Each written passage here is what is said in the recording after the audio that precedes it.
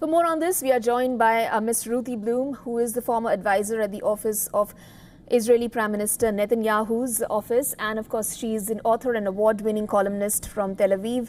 Good to have you with us on the show. Do tell me, what are your initial reactions as soon as this news has come out? Well, happiness and exhilaration. I think all Israelis across the political spectrum are extremely relieved that this bloodthirsty terrorist, an Iranian proxy who has, like his patrons in Iran, vowed to wipe Israel off the map and has proceeded to try to do just that, especially on October 8th, the day after Hamas committed its worst massacre ever against Jews since the Holocaust. On October 8th, Hezbollah, headed by Hassan Nasrallah, decided to join in totally unprovoked in order to create another front on this war, which has turned into a 7-front war against Israel. Ms. Bloom, tell me very quickly, do you think the killing of Hassan Nasrallah, is it going to really stop the Hezbollah from further attacks? Or are they going to come forth with some other force and in another shape or form? Oh, well, I don't think it's going to stop the attacks. In fact, all day today so far, we're only at about noon time right now. So far, we've had many rocket barrages from Lebanon, but we have also taken out most of Nasrallah's senior command and taken out many of the rocket launchers and its main headquarters. This means that we are weakening Hezbollah's position, weakening its ability to attack us. And then we will see whether it is necessary for us to send troops on the ground into Lebanon to clean out a buffer zone to enable all the Israelis who have fled the northern part of the country to return to their homes safely. Also, how much would you say about the veracity of IDF's claims? Do you think if he's actually been eliminated, or should we still wait and watch to confirm the veracity of their claim? Well, I believe it, and the reason I believe it is that when there were rumors that we had possibly eliminated one of the Hamas commanders, Mohammed Deif, the IDF did not confirm it for several days, if not weeks. I can't remember exactly how long it took, but it took them to examine DNA, specimens, etc., before they officially announced it. So if the IDF is now officially announcing it, I trust that there's reason to believe them. Also, Ms. Bloom, now that you're saying that they are officially announcing it, does that also mean that the IDF has infiltrated deep inside the territory, which is why they have, the intel from deep inside the territory and can make this claim perhaps? Well, we don't have tanks or troops on the ground there. But when you say infiltrated, I do believe that we have Hezbollah members or Lebanese citizens who have been feeding the IDF information, and possibly we have agents on the ground. Yes, that's likely, because otherwise we wouldn't have been able to gather such precise intelligence about Nasrallah's movements and the rocket launcher locations under buildings in Beirut and a suburb of Beirut. Also, the killing of the commanders was declared in comparison pretty quickly. Why do you think Nasrallah's elimination, the announcement regarding that, has taken some time? Well, I think there are a couple of reasons, and one is that when the commanders were taken out, I believe that Hezbollah also confirmed it. That's for one thing, and second, I think in this case it took a while for the rubble of the explosions to be cleared away in order to locate Nasrallah's body. That would be my assessment. It's not based on inside knowledge. What is the road ahead from here on, in your opinion? How do you expect the Hezbollah to react to this, if at all? Oh, well, Hezbollah has already reacted by firing missiles into Israel. However, I think that it will largely depend, or mainly, on Iran, on how Iran proceeds.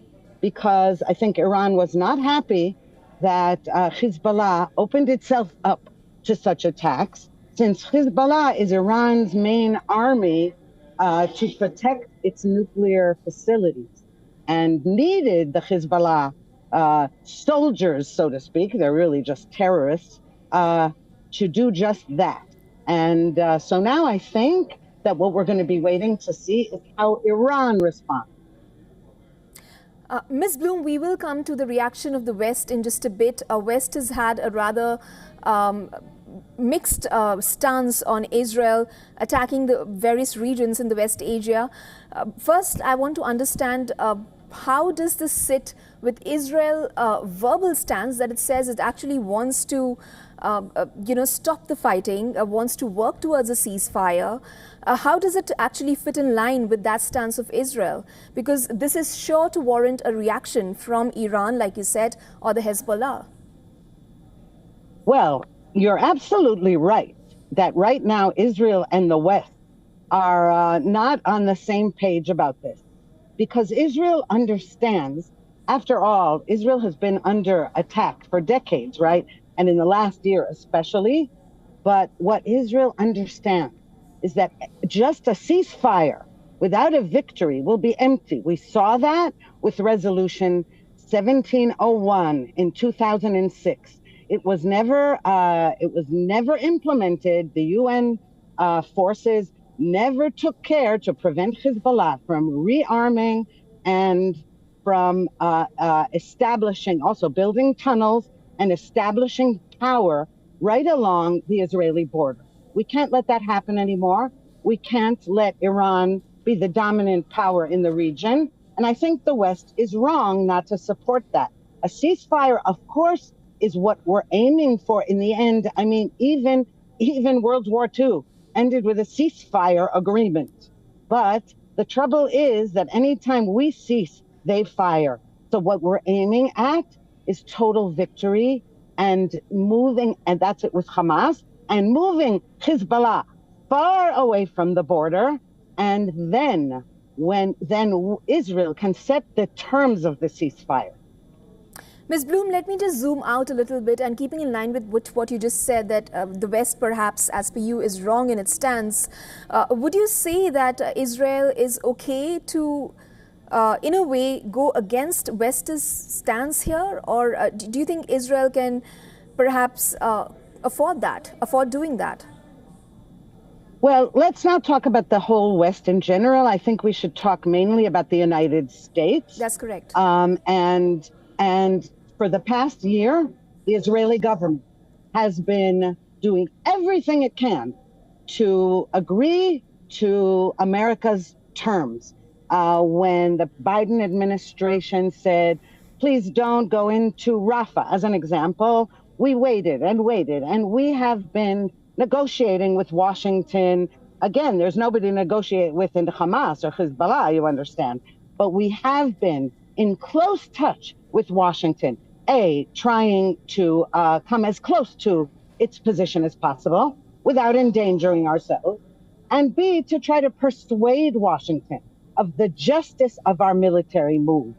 So I think that there's a point at which Israel cannot allow itself to commit suicide just because an administration in Washington is not thrilled with its moves. Ms. Bloom, how does the alleged killing of Hassan Nasrallah bode for the ceasefire talks? Oh, I think it bodes very well. The more, and I think you'll see celebrations all over the Arab world and in Iran about this killing. They're handing out sweets all over the place, because you understand Nasrallah and all the Shiites have been slaughtering Arabs and Iranians all over the place. Okay, so there was great celebration in the Middle East, not just in Israel. I think that's really left out of all this reportage. And the point is that the more, I'm going to put this in really simple terms, the more the bad guys are eliminated, the greater the chance for regional peace, not war. Okay. Ms. Bloom, thank you so much for joining us with those updates and giving us your opinion on this particular development. Thank you for having me.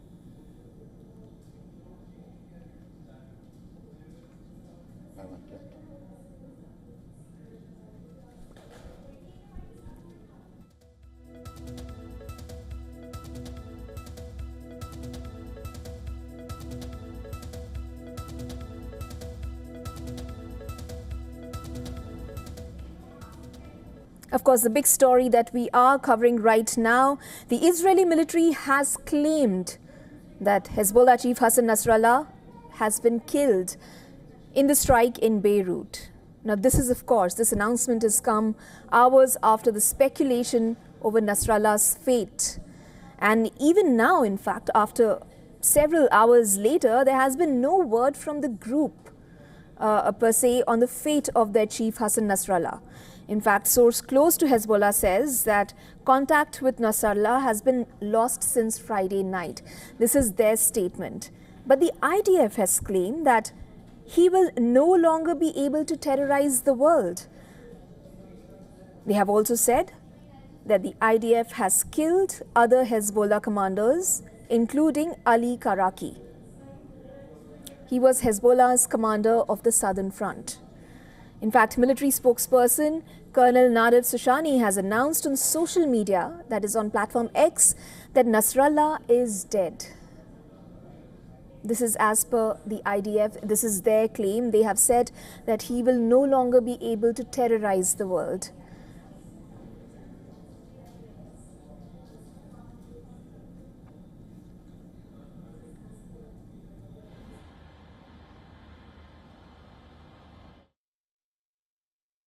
זה לא סוף ארגז הכלים, זה צריך להיות מאוד ברור.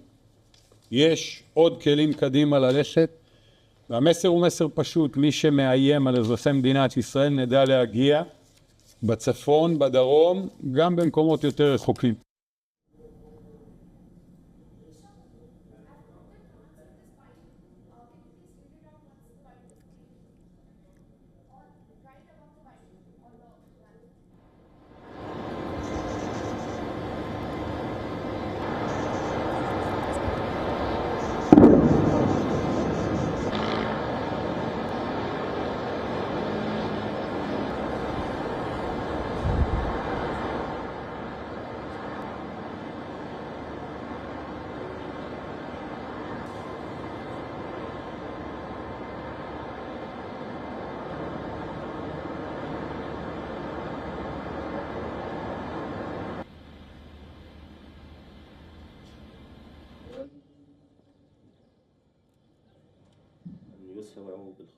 זה לא סוף ארגז הכלים, זה צריך להיות מאוד ברור.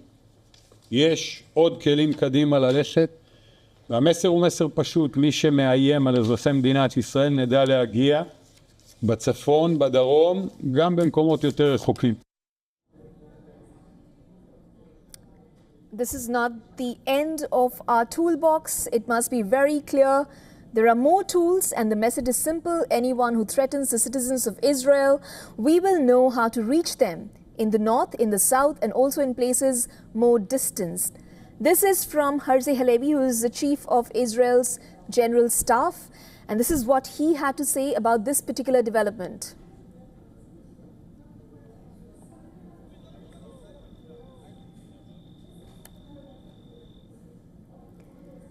Of course, like I said, the big development that we've been tracking for you is IDF's claim about the killing of Hezbollah chief Hassan Nasrallah. The IDF said that he will no longer be able to terrorize the world. In fact, military spokesperson Captain David Avraham also said that Hezbollah chief has been eliminated in the Friday strikes on the Lebanese capital. And this is after military spokesperson Colonel Nadav Shashani announced on social media that Hassan Nasrallah is in fact dead.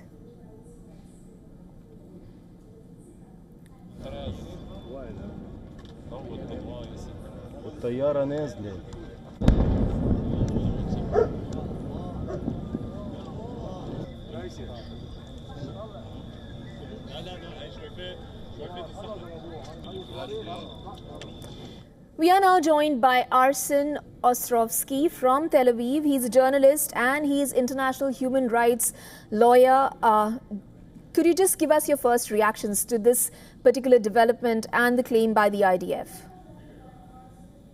Indeed. Look, today is a good day for peace. Today is a good day for the world. We have to remember that Hassan Nasrallah was an arch terrorist, a mass murderer, and the leader of one of the world's largest terrorist organizations. He had the blood on his hands of thousands of people, not only Israelis, but Americans, Europeans, Argentinians, people from all over the world. His death is something that is not ought to be mourned, but instead it is a day for peace.